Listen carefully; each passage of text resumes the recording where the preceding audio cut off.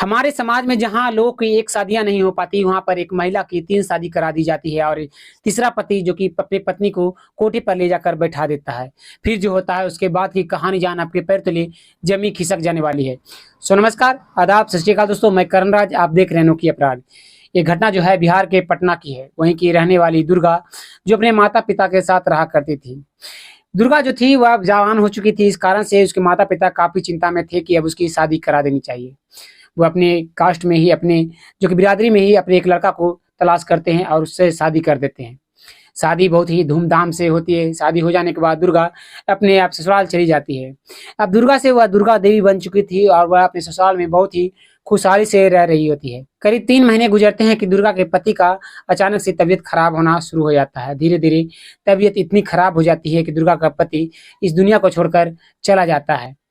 दुर्गा जो थी अब अकेली पड़ चुकी थी। पति के जाने के बाद वह उसे लगने लगा था कि अब उसका संसार जो है वह खत्म हो चुका है। लेकिन उसके घर वाले जो थे दुर्गा के, वह सहारा देते हैं और समाज भी उसे सहानुभूति देता है कि चिंता मत करो, तो तुम दूसरी शादी कर लो, तुम्हारा जिंदगी अभी बहुत बाकी है। इस चीज को सुनकर उसे कुछ तसल्ली होती है और उसके घर वाले जो होते तुरंत लड़का ढूंढना शुरू कर देते हैं। काफी दिनों के बाद एक लड़का का फिर से पता चलता है जो कि उसी के परिवार का रहने वाला था। इस कारण से शादी बहुत ही धूमधाम से दुर्गा की फिर से करा दी जाती है। शादी हो जाने के बाद वह अपने दूसरे पति के साथ वह अपने ससुराल में रहने लगती है। दुर्गा देवी को अब लगने लगा था उसकी जो जिंदगी है वह संभल चुकी है। अब उसका पति जो है उसे काफी ज्यादा मानता है। अब उसकी जिंदगी अच्छे से कटने वाली है। दिन गुजर रहे होते हैं, उसी दौरान दुर्गा देवी के 2 संतान होते हैं, एक बेटा एक बेटी। वो दोनों काफी ज्यादा खुश होते हैं। दुर्गा देवी अपने बच्चों अपने पति के साथ बेहद ही खुशी से रह रही होती है। दिन गुजर रहे होते हैं, ऐसे ही करीब 3 साल गुजर जाते हैं। दुर्गा देवी एक शाम को अपने घर में खाना बना रही होती है, तभी उसके मोबाइल का रिंग बजना चालू हो जाता है। वह उठती है और मोबाइल के कॉल को रिसीव करती है। तभी उधर से एक आवाज आता है कि आपका पति इस दुनिया में नहीं रहा, जो उनका एक्सीडेंट से मौत हो गई है। ये सुनकर उनके पैरों तले की जमीन खिसक जाती है और वहीं पर बैठकर रोने लगती है। उसकी आवाज सुनकर जो उसके पति के माता पिता थे, उसके सास ससुर जो थे, वहां पर पहुंचते हैं। वो पूछते हैं कि आखिर बहू क्या बात है, तुम रो क्यों रही हो। दुर्गा बताती है कि हमारे बच्चों के ऊपर से पिता का साया जो है वह उड़ चुका है। इस बात को सुनते ही वे सभी भी रोने लगते हैं। दुर्गा अपने सास और ससुर के साथ किसी तरह से हिम्मत जुटाकर वहां से उड़ते हैं और उस जगह पर पहुंचते हैं जहां पर से एक कौल आई थी। उस जगह पर पहुंचते हैं तो सभी लोग वहां पर जो थे वह बताते हैं कि पुलिस है जो कि वहीं के पास के हॉस्पिटल में उसके पति को ले गए हैं। वह तुरंत दौड़ती हुई जो आज हॉस्पिटल में पहुंचती है। वहां पर कई पुलिस वाले थे, वह सभी पूछताछ करना दुर्गा से शुरू कर देते हैं।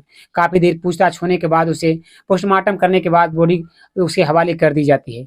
बॉडी हवाले करने के बाद जो दुर्गा थी वह अपने पति को लेकर अंतिम संस्कार करने के बाद वह अपने ससुराल पहुंचती है तो सभी घर वाले जो थे वह उसे अंदर आने से मना कर रहे होते हैं। समाज वाले वहीं पर खड़े थे, जिस वक्त उसकी सपोर्ट कर रहे होते हैं कि वह जो है बेचारी है, वह अबला है। इस चीज को न देखा कर कर वह सभी लोग जो थे वह उसे मांगलिक कर रहे थे, मांगलिक दोष बता रहे थे कि उस महिला के ऊपर मांगलिक दोष है, जो उसका पति भी है तो उसे छोड़कर चला जा चुका है। अब जो इससे वह शादी करेगी वह इस दुनिया को छोड़कर चला जाएगा। इस चीज को कहकर वह उसे घर में आने नहीं दिया जा रहा होता है। उसको बच्चों को भी बाहर कर दिया गया था। वह अब सोचने लगी थी कि अब वह जाए तो जाए कहाँ। उसे अब नजर आ रहा था कि क्यों ना उसे मायके जाना चाहिए।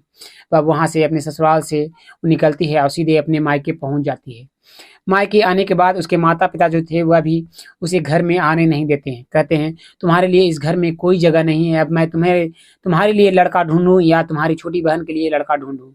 इस चीज को कहकर दुर्गा को अंदर नहीं आने दिया जाता है और वह दुर्गा के लिए गिर्द का दरवाजा जो था वो बंद कर दिया जाता है।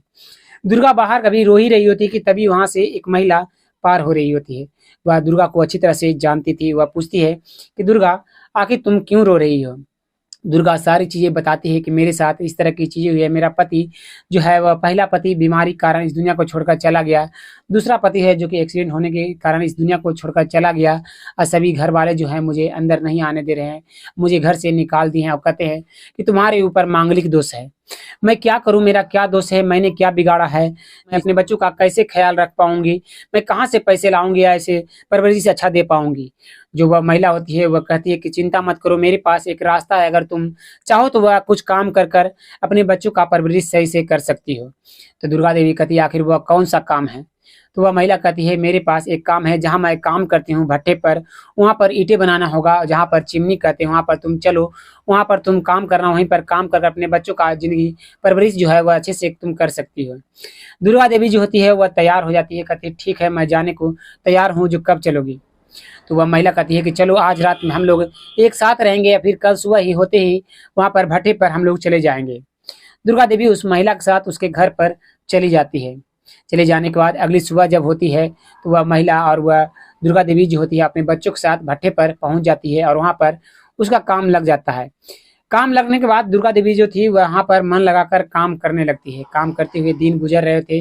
अब जो था दुर्गा देवी की जिंदगी जो थी वह थोड़ी संभलती हुई नजर आ रही होती है। तभी भट्टे पर काम करते हुए दुर्गा देवी की नजर एक लड़के पर पड़ती है जिसका नाम चंदन होता है। दोनों की नजरें मिलती है और दोनों एक दूसरे से अक्सर अब बातें करते हुए रहते हैं। दिन जो था वह गुजर रहा होता है, एक दूसरे से बातें करते हुए दोनों एक दूसरे से नंबर लेते हैं, एक दूसरे से नंबर लेकर रात रात भर बातें करते हुए रहते हैं। बातें करते हुए दोनों एक दूसरे से मिलना जुलना शुरू कर चुके थे। अब जब भी उन्हें मौका मिलता एक दूसरे से आकर मिलते, एक दूसरे के साथ संबंध बना लिया करते। दिन जो था अब गुजर रहा होता है। ऐसे ही दिन गुजरते हुए वो दोनों प्लानिंग करते हैं कि क्यों ना हम दोनों को यहाँ पे से भट्टे पे से अलग हो जाना चाहिए, ताकि यहाँ पर किसी की नज़र हम लोग पर न पड़े। जो हम लोग अलग रहेंगे वहीं पे से अपने बच्चों का अच्छे स्कूल में नामकरण करा देंगे और वहाँ पर हमारे बच्चे जो हैं वो अच्छे से पढ़ेंगे और हम दोनों वहीं पर रहेंगे और यहाँ पर आकर भट्टे पर काम कर लिया करेंगे। इस बात को सुनकर दुर्गा देवी जो होती है वह तैयार हो जाती है। दोनों मिलकर एक रूम को भट्टे के कुछ दूरी पर ही लेते हैं और वहाँ पर दोनों रहने लगते हैं। दोनों पर वहाँ पर रह रहे होते हैं। अपने बच्चों का स्कूल में एडमिशन करवा देने के बाद वहाँ पर दोनों काम कर रहे होते हैं। दिन जो था वह गुजर रहा होता है। ऐसे ही करीब 1.5 साल गुजर जाते हैं। 1.5 साल गुजरने के दौरान दुर्गा देवी जो होती है वह गर्भवती हो जाती है। वह एक बच्ची को जन्म देती है, एक अपनी बेटी को जन्म देती है।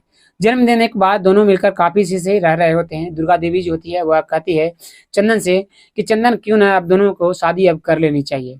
चंदन इस बात को सुनता है तो उसके पैर तले की जमीन खिसक जाती है। वह कहता है कि शादी की क्या जरूरत है, हम दोनों सही से जब रह ही रहे हैं तो। इस बात को सुनते ही दुर्गा देवी कहती है कि शादी कर कर हम लोग रहेंगे तो समाज वाले जो है हम गलत नजर नहीं डालेंगे। इस बात को सुनते ही जो चंदन होता है वह कहता है ठीक है, मैं अपने माता पिता से बात करूंगा, अगर वो तैयार हो जाएंगे तो मैं शादी करने को तैयार हूँ, जो मुझे 2 दिन का टाइम दो। इस बात को सुनकर दुर्गा देवी तैयार हो जाती है। अगले 2 दिन तक चंदन जो था वह भट्टे पर नजर नहीं आ रहा होता है। करीब 2 दिन गुजर जाने के बाद चंदन भट्टे पर पहुंचता है तो दुर्गा देवी काम कर रही होती है। उसकी नजर जैसे ही चंदन पर पड़ती है वह दौड़ती हुई चंदन के पास पहुंचती है और पूछती है कि तुम्हारे माता पिता शादी करने को तैयार हुए हैं या नहीं। जो चंदन था वो कहता है मेरे माता पिता तो तैयार नहीं है, लेकिन मैं तुमसे शादी करने को तैयार हूँ, जो हम दोनों शादी कर लेंगे। दोनों मिलकर तैयार होते हैं और दोनों वहीं के पास में जाकर एक मंदिर में शादी कर लेते हैं। शादी हो जाने के बाद दोनों एक दूसरे के साथ रहने लगते हैं। शादी करने के बाद करीब 8 साल और गुजर चुके थे। उन दोनों का फिर से 2 संतान होता है, एक और बेटा एक बेटी होता है। अब 5 संतान को पालना हो रहा था और इस कारण से दोनों जो थे काफ़ी ज़्यादा चिंता में हो रहे थे। वह सोचने लगे कि क्यों ना यहाँ पे से भट्टे पे से अलग जाना चाहिए कमाने के लिए, क्योंकि यहाँ पर जो है अपने बच्चों का वह सही से परवरिश नहीं कर पाएंगे। इस चीज़ को सोचते हुए चंदन कहता है कि क्यों ना हम लोग यहाँ से चलते हैं, कहीं और जाकर कमाएंगे, वहाँ पर अपने बच्चों का अच्छे से परवरिश करेंगे, यहाँ पर से खर्चा हम लोग का नहीं चल पा रहा है। जो दुर्गा देवी होती है वह तैयार हो जाती है, अपनी पति की बातों को मान लेती है। नई दिल्ली उतरने के बाद जीबी रोड से करीब 2 किलोमीटर की दूरी पर वे लोग रूम ले लेते हैं और अपने बच्चों के साथ रहने लगते हैं। करीब 2-3 दिन तक वह दोनों काम ढूंढते हुए रहते हैं, लेकिन कोई भी काम नहीं मिल रहा होता है। तो चंदन कहता है मेरे पास तुम्हारे लिए एक काम है, अगर उस काम को तुम करोगी, वहाँ पर तुम जाओगी, एक होटल है, उस होटल में तुम काम करने को लिए तैयार हो जाओगी तो अच्छे खासे पैसे मिलेंगे और अच्छे खासे हम लोग का जो है जिंदगी चलने लगेगा। जो दुर्गा देवी होती है वह कहती है कि कौन सा काम है, मैं करने को तब मैं तैयार हूँ, कोई भी काम रहे मैं सभी काम करूँगी, जितना मजदूरी करना हो, मेहनत मजदूरी मैं सभी करने को तैयार हूँ। अपने बच्चों का मैं ज़िंदगी अच्छा बनाना चाहती हूँ, उन्हें पढ़ा लिखा कर कुछ बनाना चाहती हूँ। इस बात को सुनते ही जो चंदन होता है वह कहता है कि कल सुबह ही हम लोग यहाँ से निकलेंगे और वहाँ पर उस होटल में चलेंगे। अगली सुबह जब होती है तुरंत चंदन अपनी पत्नी को लेकर, दुर्गा देवी को लेकर वहाँ से निकलता है और जीबी रोड पहुँच जाता है। वहीं पर एक होटल होता है, उसी होटल में वह लेकर अपनी पत्नी दुर्गा देवी को पहुँचता है। वहाँ पर दुर्गा देवी देखती है कि कई सारी महिलाएं जो है वो आ जा रही है। जिस रूम में 2-4 महिलाएं जो है वह घुस रही है, उसी रूम में कई और पुरुष भी घुस रहे हैं। वह समझ नहीं पा रही थी कि आखिर यहाँ पर चल क्या रहा है। वह अपने पति से पूछती है कि आखिर इतने सारे लोग यहाँ पर क्या कर रहे हो, एक होटल में इतने सारे लोग तो कभी नजर नहीं आते। जो चंदन होता है वह कहता है यहाँ पर बहुत सारे क्लाइंट जो है जो आते हैं या कुछ देर समय बिताते हैं और वह चले जाते हैं। इस बात को सुनकर दुर्गा देवी मुस्कुराने लगती है। तभी एक व्यक्ति अचानक से चंदन को आवाज लगाता है। चंदन वहां पर जाता है, कुछ बातें कर कर आता है वापस और दुर्गा को कहता है कि दुर्गा तुम्हारे लिए यहाँ पर काम लग चुकी है, यहाँ पर कल से तुम कर्म करने आ सकती हो। इस बात को सुनकर काफी ज्यादा वह खुश होती है। वह अपने बच्चों के लिए कुछ मिठाइयाँ लेकर घर पर आती है, अपने बच्चों को मिठाइयाँ खिलाती है। ये अगली सुबह जब होती है, दुर्गा देवी काम पे जाने के लिए तैयार होती है। चंदन अभी सो ही रहा होता है। चंदन कहता है तुम जाओ, मैं पीछे से वहां पर आता हूँ। दुर्गा देवी जो होती है वहां से निकलती है और उस जेबी रोड पर उस होटल में पहुंच जाती है। उस होटल में जाने के बाद वहां पर खड़ी हो जाती है। उन्हें उसे कुछ भी समझ में नहीं आ रहा होता कि वह वहां पर काम क्या करे। तभी एक महिला आवाज लगाती है और कहती है कि जाओ रूम नंबर 12 में तुम बैठो, वहां पर क्लाइंट आने वाला है, उसे तुम्हें खुश करना है। वह समझ नहीं पाती कि वह किस तरह से उस क्लाइंट को खुश करेगी। वह फिर भी रूम नंबर 12 में जाकर बैठ जाती है। करीब 10 से 15 मिनट होते हैं कि एक व्यक्ति जो कि दरवाजे को खोलता है और अंदर चले आता है। उसे आते ही दूसरा व्यक्ति भी अपने हाथों में शराब की कुछ बोतलें लेकर वहां पर पहुंचता है। दुर्गा देवी जो होती है काफी ज्यादा घबरा सी जाती है, पूछती है यहाँ पर तुम लोग क्या कर रहे हो।